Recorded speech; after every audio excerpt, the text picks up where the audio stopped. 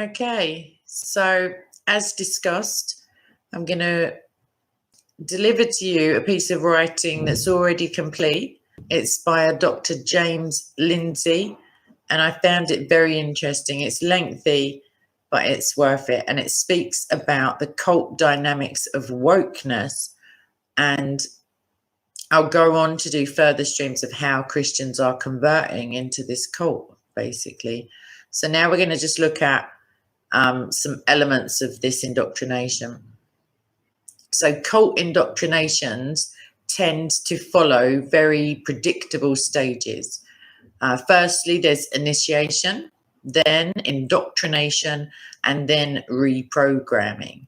And these three phases are distinct and they must be understood in their own terms. So cult initiation. Okay. Cult doctrine, including extreme fundamentalist interpretations of religious doctrines as cultish, exists generally to resolve a particularly powerful emotional vulnerability in an unhealthy way. This adds another layer of defense for responsible faith, which does so in a healthy way to the degree that it does the same thing, i.e. resolves emotional issues. So the question is where that emotional vulnerability comes from, because with cults, it's always exploited.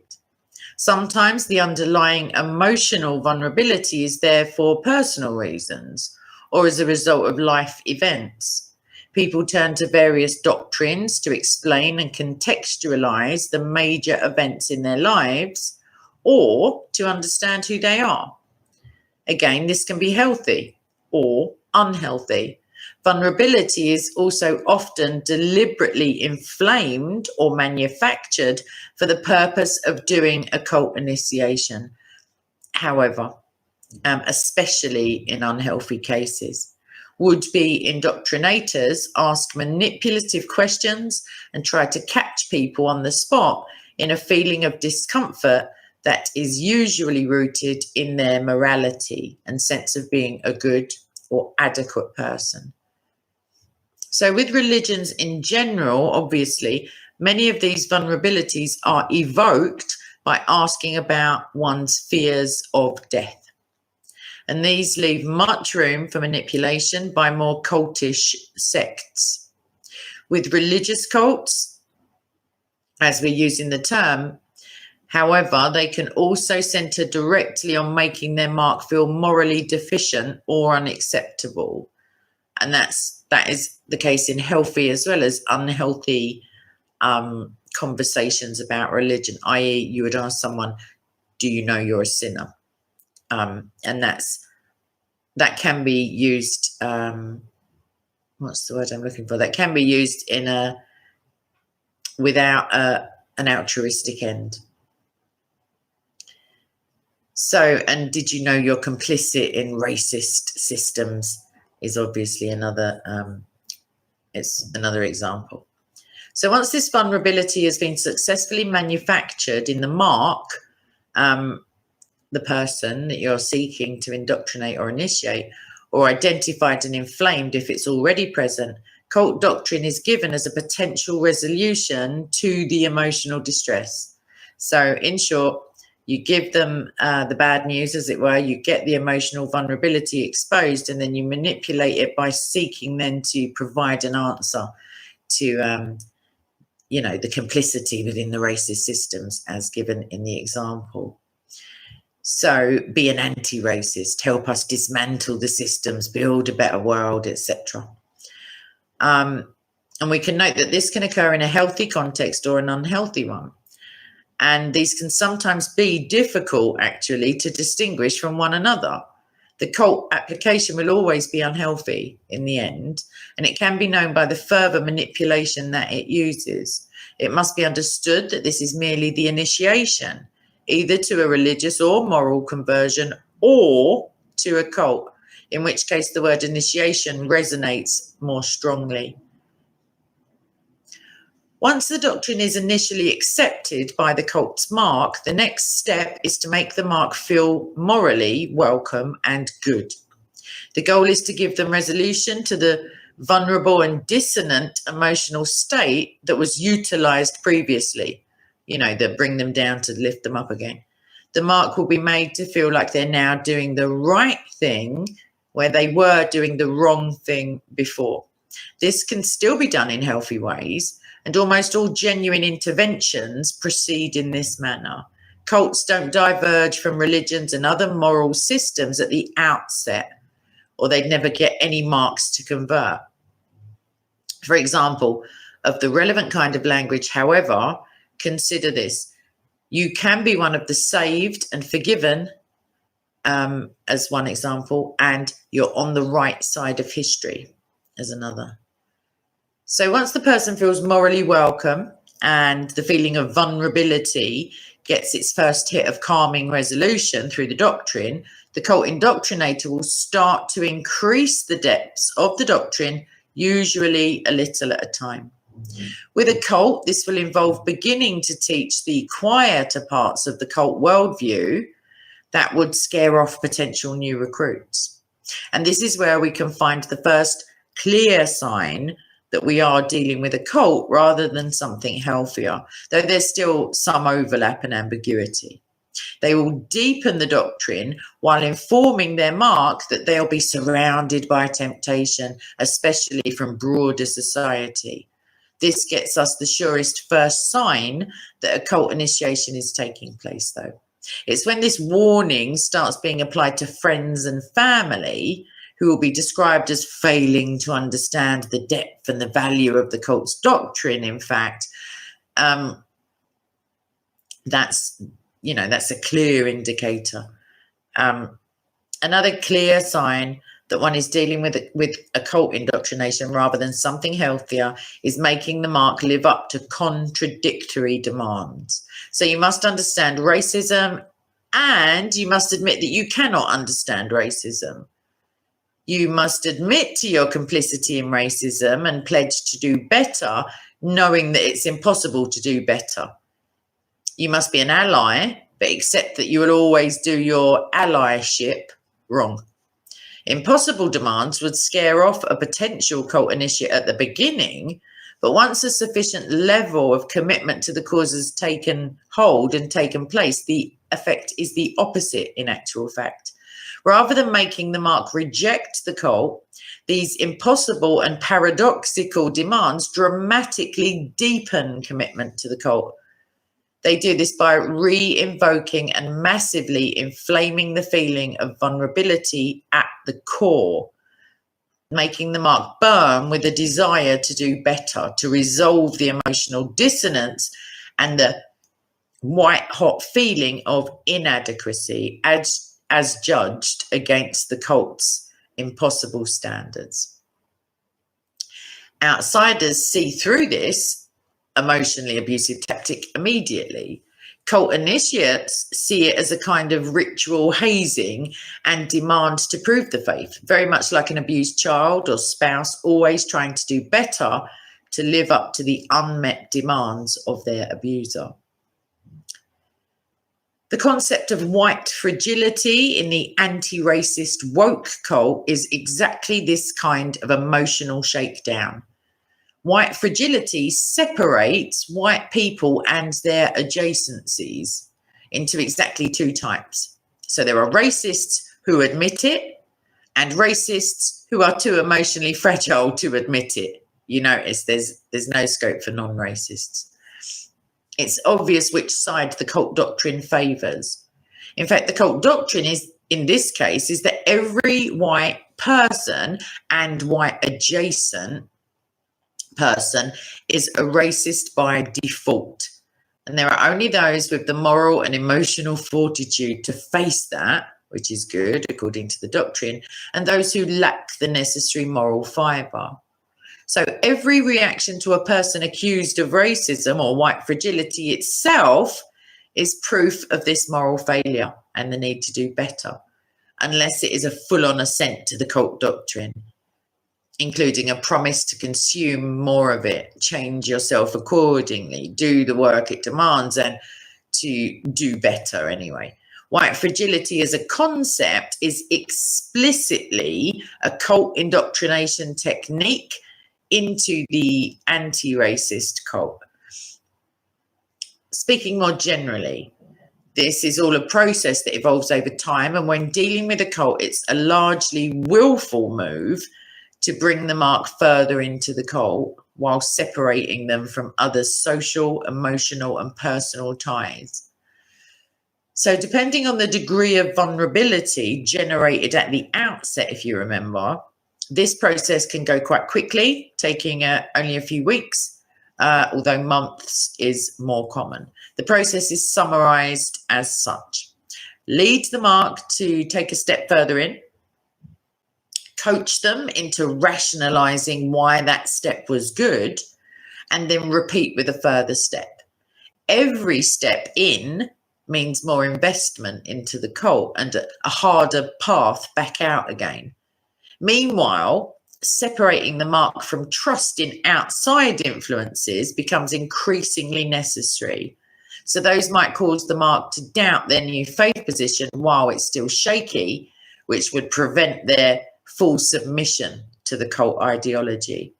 At this early phase in cult indoctrination, where initiation is effectively complete but indoctrination hasn't fully begun, the mark hasn't devoted enough of themselves to the cause to be fully committed yet. So cult indoctrination. Thus, the next step in cult indoctrination is to get people more fully committed. This is actually rather easy, as we tend to commit to new groups fairly quickly under certain well-known conditions. Usual cult deepening methods include public pronouncements of faith before the in-group community, which bonds the mark to them socially and emotionally. This will often involve rituals such as group prayers or singing or outright initiation rituals, which dramatically deepen commitment to a group very quickly. There will also be requests to make costly personal sacrifices to be considered a full part of the new group. This can also include requests for money, cutting ties with relations and family, making pledges, doing the work, and more, including in many cults of personality, allowing the cult leader to have sex with the marks of the desired sexes. So making sacrifice and working on behalf of a group, including a cult, creates deep ties of commitment to the group, its mission, its community also, and it evokes the sunk cost fallacy mechanism, which prevents people from leaving. The fallacy is a reasoning error that basically says, I've invested so much already that it must be worth it, so I'll keep going.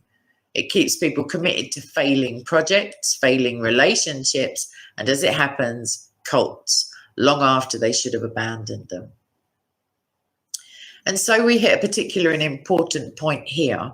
When people like the critical whiteness educator, who knew, Robin DiAngelo, tell us things like anti-racism is a lifelong commitment to an ongoing process of self-reflection, self-critique, and social activism, she is providing a mid-level cult indoctrination path.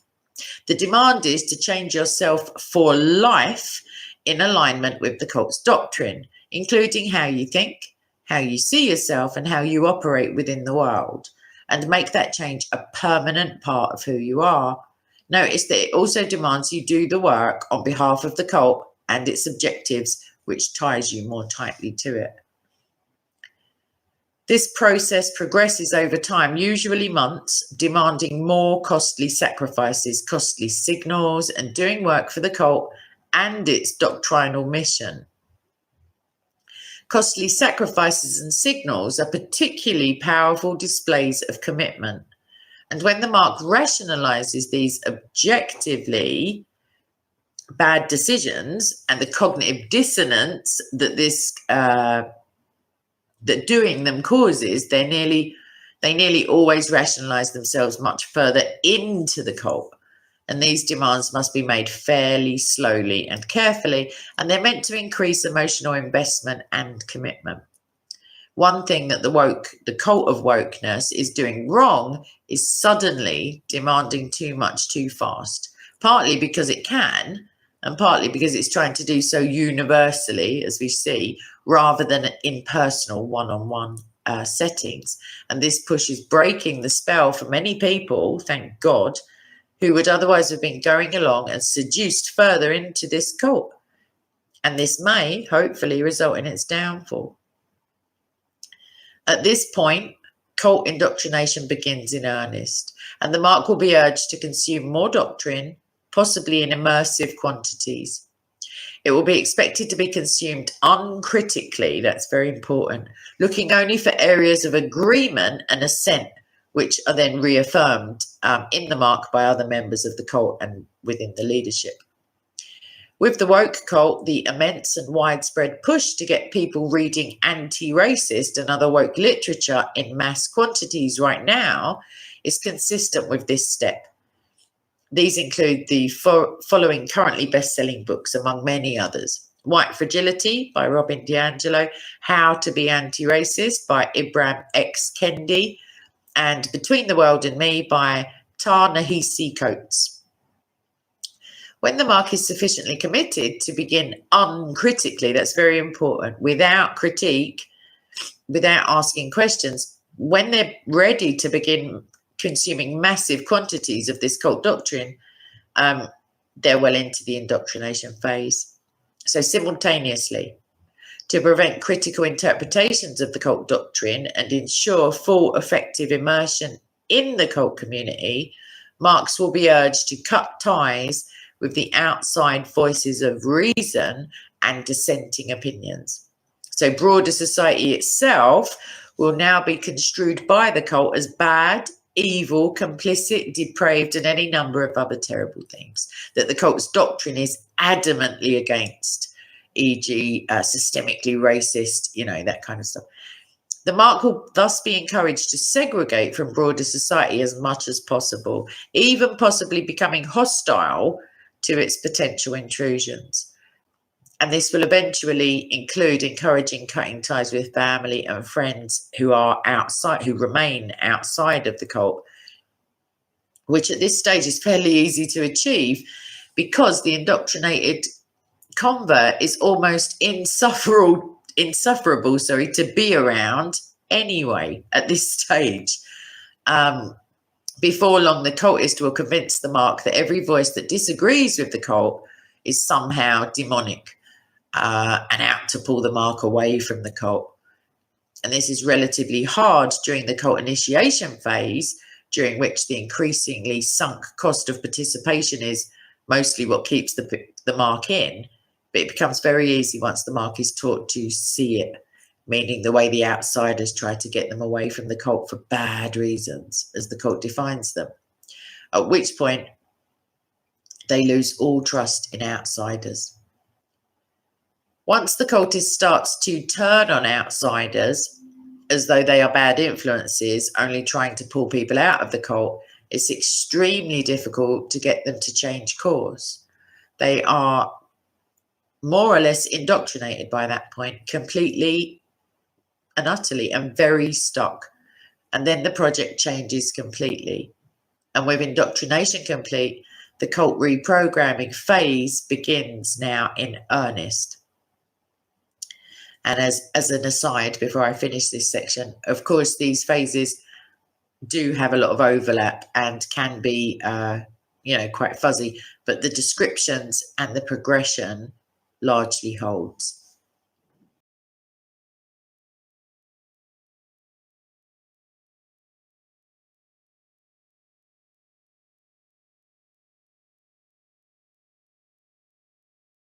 So continuing on with Dr. Lindsay's piece on cult indoctrination, specifically with wokeness cults, or the cult of wokeness, as it were, we're now going to look at cult reprogramming.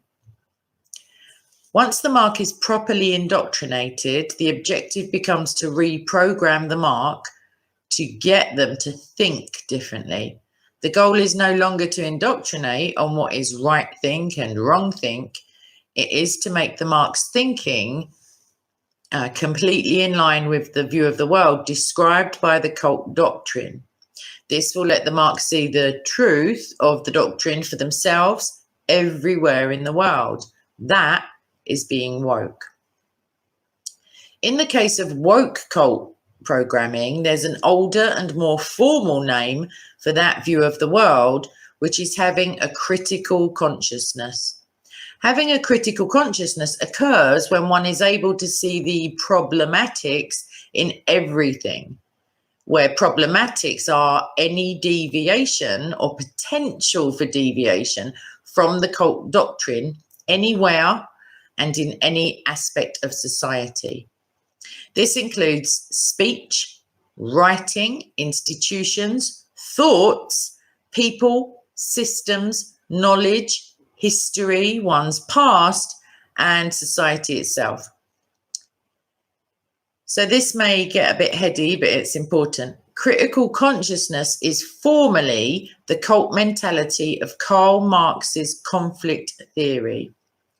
Conflict theory, in its briefest explanation, is the idea that society is broken into different groups or classes. For Marx, they were economic classes, and for the woke, they are social group identity classes.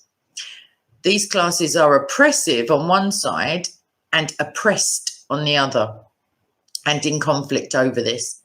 That is, conflict theory is the belief that different social groups in society are always in conflict with one another for power and dominance, and that rather than working together in complex, dynamic ways that can be mutually beneficial, they're at war.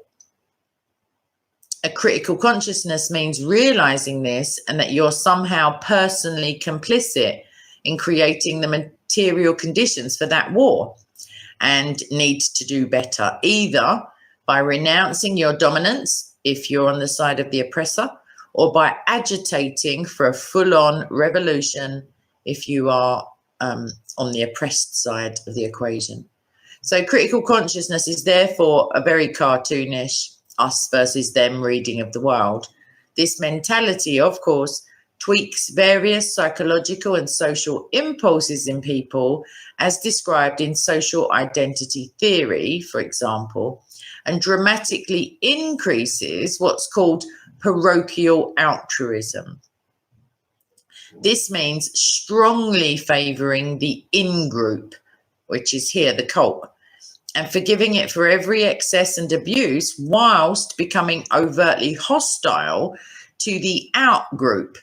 And in this instance, that's everybody else in society and society itself, and reading everything it does in the worst possible light. This is obviously core to the present sociological dynamic. It's also dramatically, it also dramatically increases cult commitment, adding an overtly warlike tenor to the us against them mentality, which in critical cults like wokeness is us against the world. And now we'll look at the cult mentality. It's very important to stress just how difficult it is to break someone free from a cult mindset once they've adopted the relevant cult consciousness.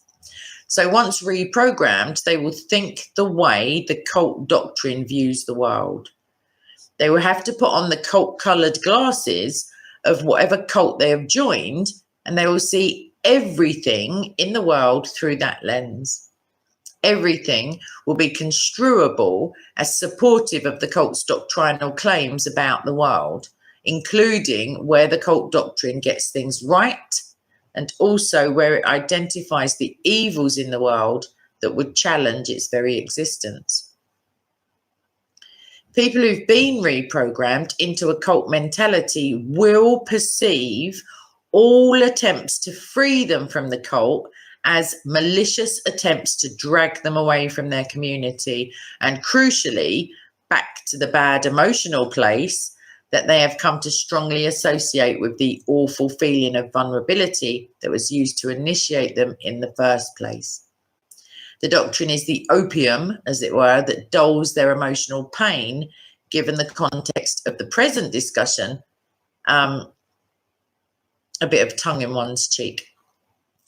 In this sense, anyone trying to talk sense to a fully reprogrammed cult member or trying to pull them out of the cult will be, in a very real sense, interpreted as attempting to harm them.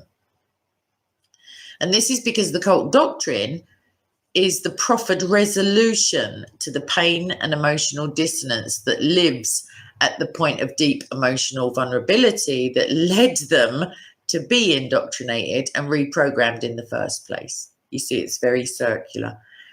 And you must appreciate just how much that vulnerability has been inflamed by the cult initiation, the indoctrination, and reprogramming process by the point that the markers become a full-fledged cultist. They've been forced to fixate on that vulnerability under profoundly psychologically abusive conditions in juxtaposition to the cult's doctrine, while making costly sacrifices to the cult and cutting most of their ties, this is very important, with the outside world and therefore any other worldview. Removing them from the cult is therefore perceived as an attempt to take them back to that awful vulnerability, whilst at the same time taking them off their opium and ripping them away from the only community they have at this point, whilst forcing them to face up to the embarrassment of having been indoctrinated and having sunk so many costs into something so toxic. So as you can imagine, this will not go easily. In fact, it will be met with remarkable hostility in the majority of cases. And more than that, attempts to remove someone from a cult will also be framed in terms of you not understanding the cult. This is actually a means of resolving the cognitive dissonance around the cult's doctrine, and it deepens and solidifies commitment in almost every case. The problem isn't that the doctrine's bad, you understand. It's that you, the outsider, just don't understand why it's good. You don't get it. And if you learned to see it the way the cultist sees it, here with a critical consciousness, you'd understand and agree, and you wouldn't threaten them with this pain.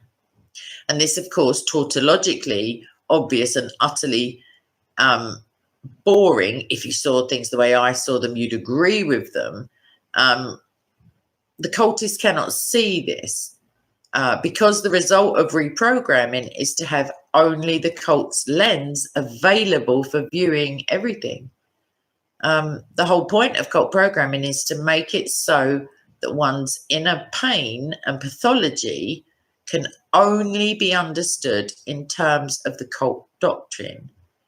And the doctrine is the resolution to the vulnerability and has been very deeply established as such. More or less all of the critical social justice literature on how we know and understand the world, the epistemology and education over the last decade, including White Fragility, makes this case explicitly. Scholar after scholar makes the case that disagreement with critical social justice, i.e. woke doctrine, is only possible if you failed to engage with it properly. D'Angelo makes this case. Barbara Applebaum insists that the only legitimate disagreement with woke doctrine is to clarify one's understanding. Alison Bailey says all disagreement is an attempt to preserve one's privilege. They've got you coming and going, literally. Scholars of religious fundamentalism call this way of thinking intratextuality. For those interested, and they consider it a defining hallmark of religious fundamentalism, by the way. In the cult sense, it's only being able to interpret everything, including disagreement with the cult's doctrine, from the perspective of the cult doctrine. Of course, one can immediately appreciate how this makes the same demand on the cultist that indoctrinated and reprogrammed them in the first place. Keep reading it and read it right, and you'll know you read it right when you agree with it entirely. If you fail, you didn't understand it because you're not good enough in some way, i.e. you're not smart enough, you're not moral enough, humble enough, willing enough to do the work, etc. And you need to do better.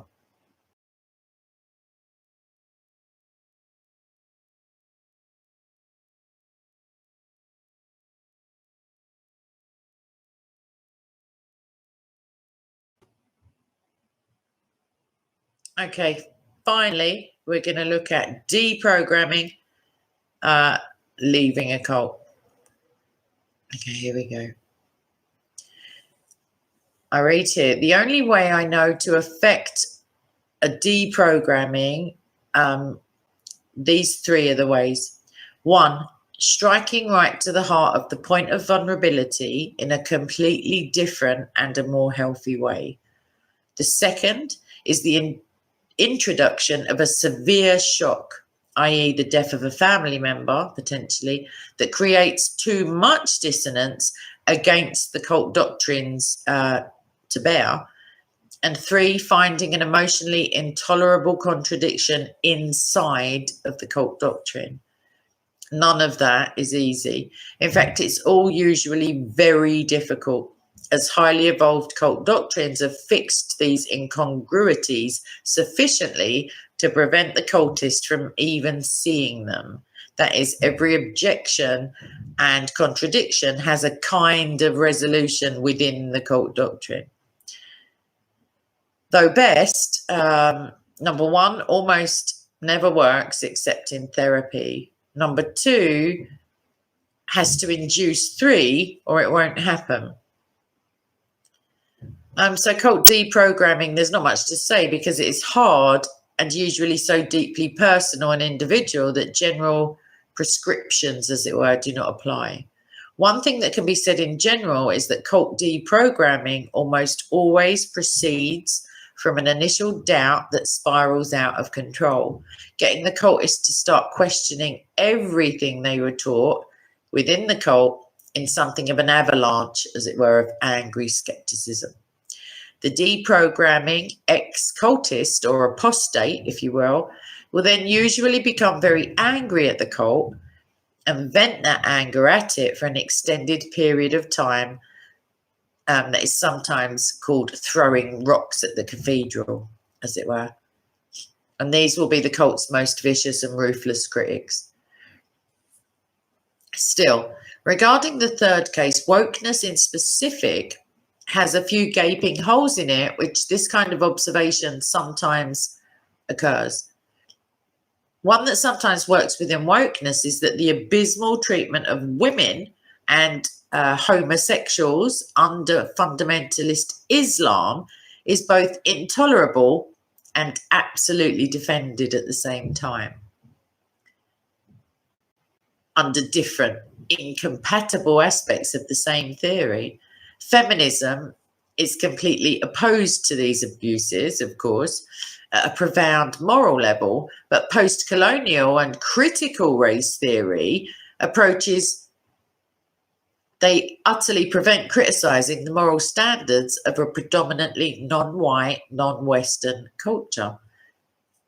Usually the accusations of racism and colonialism win out and prevent any criticism over the systemic and institutional abuses of women, because generally speaking, racism and colonialism are seen in wokeness as more harmful. Nevertheless, the contradiction is there, and it sometimes crosses their eyes, as it were, and gets them to start asking questions. Drawing this out for people only works on a small fraction, however. This also can work by exposing ways the cult's doctrine harms its charges in general. For example, woke cult doctrine speaks over and for minority voices and often arranges failing systems that hurt them the most. So we've recently been introduced to the idea that being racially black and being politically black are very different things, and have seen the struggle sessions initiated against racially black people who are not correctly politically black. And though people haven't generally known this about the woke cult, this limiting and inherently political take on identity is a central pillar of woke cult doctrine. We've also seen devastation in communities that mostly served black and other minority races, and also disabled people, in the social justice riots of 2020. Still, case 3 can be very hard to induce. It often follows from the shock of a tragedy as described in the second case. Obviously, these events cannot be manufactured or discussed into being, though they do happen. Not much can be said about them here, but the author has seen them happen a few times with genuine religious cultists whose parents or children died in a sudden accident, for example, which is very upsetting, obviously. Their thoughts rapidly shifted to God is supposed to be everywhere, but he wasn't there that day, and the whole architecture unraveled quite rapidly whilst they grieved. I'll say even less about the first case, because although this sometimes happens in interpersonal interventions, it usually happens in the context of professional therapy settings and is beyond the scope of what's reasonable to comment upon here.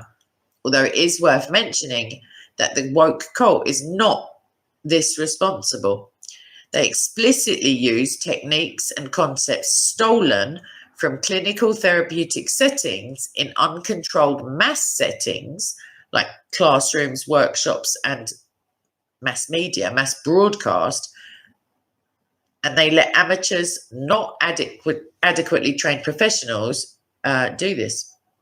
This is consistent with the cult programming endeavor, though, because it allows an attempted evocation of the right kind of vulnerability in many people at once. And the ones who show outward signs of it can then be followed up with individually and properly then indoctrinated. This happens on college campuses, universities, as a matter of officially encouraged procedure, including classrooms. And finally, leaving a cult. If someone begins to deprogram from a cult, it's very important that they are welcomed and not shamed for their past participation in it, no matter how bad it was, how cruel they were under its programming. If you understand that they got there in the first place because of an incredibly inflamed point of vulnerability and were then psychologically abused into accepting the cult doctrine above all else, it makes sense why they would have been so hostile. In a practical sense, however, at the point where they first start to break free, they will still have very low trust for outsiders due to their reprogramming, and will still see the world largely as they were programmed to see it. Hostility back at them can push them back into the cult or into a different cult that promises to manage that vulnerability for them. And thus, we have former wokesters that go then completely, to the other end of the spectrum. So in general, what we need is to help people leave the cult and avoid radicalizing in any other direction as they leave. It does none of us any good to turn rabid anti-racists into, open racists, obviously. There's a very broad, very sane middle way that holds all the moral high ground and the keys to a properly better future in society. And it's our job to invite people to see it that way. We don't want to scare them off. To summarize then, wokeness is a cult for sure. And I'm going to do a further video on the, what do I want to call it? The obvious symbols, the symbolism and the symbols and the criteria for basically that. I think it's almost a religion. It's definitely cultish. So it's a cult, and it might even be a proper religion at this point. with a describable and a fanatic cult element within it, and protected by the relative reasonability of the broader faith. So anti-racism in particular, under its auspices, is explicitly framed religiously and with clear patterns of cult initiation. And that is what we're up against. So yeah, that's that. Just to remind you, that was from Dr. James Lindsay. He's an American-born author, a mathematician, and a political commentator. And he's written various books. I can drop a link into the description box. So, yeah, I'm going to continue in this vein shortly, as it were, by looking at some of the characteristics of wokeness and how Christians are converting, unfortunately, or unknowingly, to this cult. So watch this space, and I will see you soon. God bless. Bye-bye.